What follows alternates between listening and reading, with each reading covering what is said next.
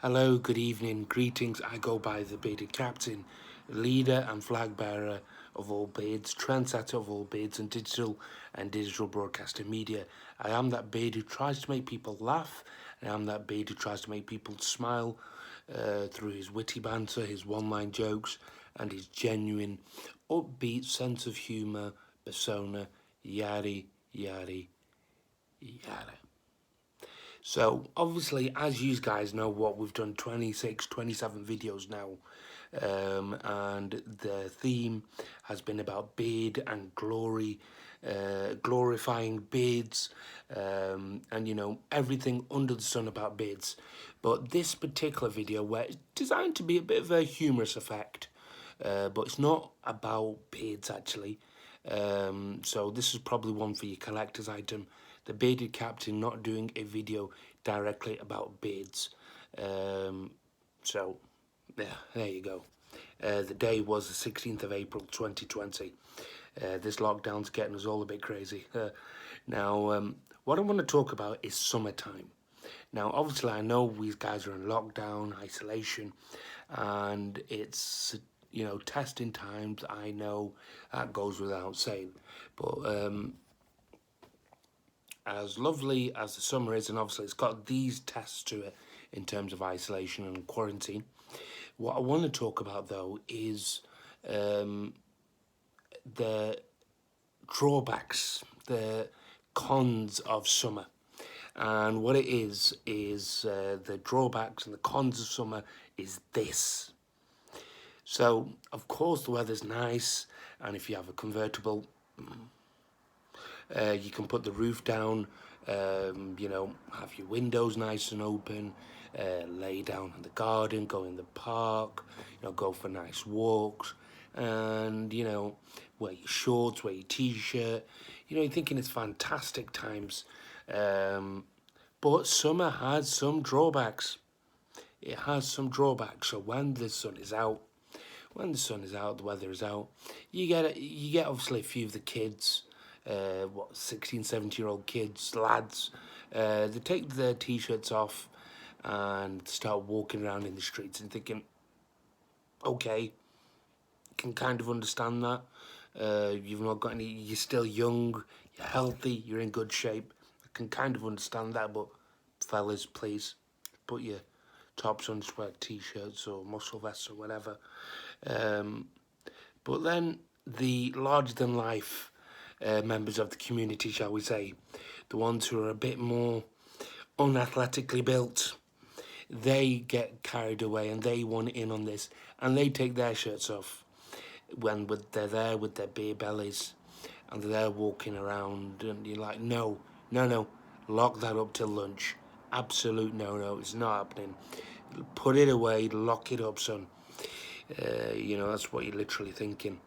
And obviously for the Newcastle United fans amongst them, they decide to do this notion in 2 degrees and anything lower. 20 odd degrees, they're like equivalent to being near the equator, because obviously they're a unique bunch, those lads from the northeast, the Geordies. But yeah, so that's something which really gets on my nerves. Fellas with the beer bellies, I'm sorry, lock it up till lunch. No need. And another thing then is this. You're literally waiting, queuing up for a shower because everybody wants a shower. So, like, when you want to go to the loo, you're in your house, you're literally there, in the queue, first, second, third, in line, and you're prancing around, desperately need the loo. Oh, you hear the flush, and thinking he's close, or she, whoever your family members. You hear the flush, you think really should, oh, nearly finished. And then you hear the tap going, and water's going, washing the hands, and then you hear it some more, and you're thinking, dude, you just went to the toilet, you didn't have an actual bath. And then, yeah. But anyway, in terms of the actual shower, you hear the shower going, pitter-patter some more, and then it stops and you think, great, they're going to be out. 20 seconds, 30 seconds gap, and it goes on again, you're like, oh, and you're in the gap for 3, you're in third in the queue, almost like in one of those call centres. you are third in the queue. Please remain patient, kind of thing. So that carries on, and then you get to the queue, and you know, in the winter it's like the same scenario. In the winter, it's no hot water left, so you have to have it in ice cold water, and you're there shivering, and you have to put on all these layers because obviously you need a shower because we're hygienic people, we don't want to smell.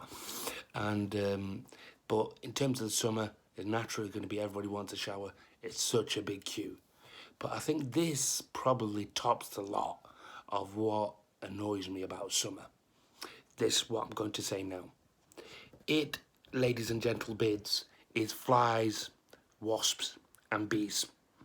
So even when you're outside, bathing, relaxing in the garden, back down, lying on your back, absorbing the sun, just thinking, nature's beautiful, and you just do, and it kind of bashes on your ear, bashes on your head, and you're thinking, dude, nobody asked you for your input, so what are you doing? And you, it carries on again. And as annoying as they are outside, what drives me even more nuts is when they're inside. So you're in your room, for example, lying down on your bed. You naturally have your windows open because it's roasting. You need some fresh air inside. And you're lying down, and because it's a nice temperature, you might feel a bit drowsy. And before you know it, that may sound like an aeroplane impression, but I'm trying to make a sound of one of those bluebell flies. And you literally, look, what's going on? And then you see it, the little gits flying around. And for any hopes that you had of lying down, resting, relaxing, they've gone. Because now you want this little git out of your room because it's made its racket, it's made its entrance, and it's getting on your nerves. So you find some newspaper, you try and waft it, and it moves with the air, and it's one of those. It must have bust out of another room, like had an escape, done some Italian job thing, whatever, and it's got into your room.